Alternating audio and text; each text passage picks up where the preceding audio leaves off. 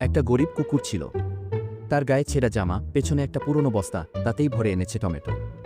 সে বসেছে হাটে। আশেপাশে মানুষের ভিড়, আর তার টমেটো বিক্রি হচ্ছে দারুণভাবে। তার ঠিক বিপরীত দিকে বসেছিল দুই ধনী কুকুরছানা।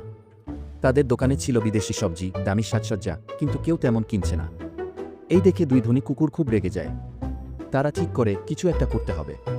তারা ফোন করে এক পুলিশ কুকুরকে ডাকে। পুলিশ আসে, কিছু না বুঝে গরিব কুকুরের দোকান ভেঙে দেয় আর তাকে ধাক্কা মেরে সরিয়ে দেয়। গরিব কুকুরটি রাস্তায় বসে কাঁদতে থাকে। হাত জুড়ে হাসি, ধনী দুই কুকুর খুশিতে লাফাচ্ছে। দিন যায়। গরিব কুকুর ঘরে বসে ছোট করে আবার টমেটো আর শসা বিক্রি শুরু করে। ধীরে ধীরে তার ব্যবসা বাড়ে। পরিশ্রম করে সে অনেক টাকাওয়ালা হয়ে যায়। একদিন সে একটা চকচকে 4 চাকা গাড়ি কিনে। সেই গাড়ি করে সে আবার যায় পুরনো হাটে। সবাই চমকে ওঠে। ধনী দুই কুকুর হতবাক, এই তো সেই গরিব কুকুর।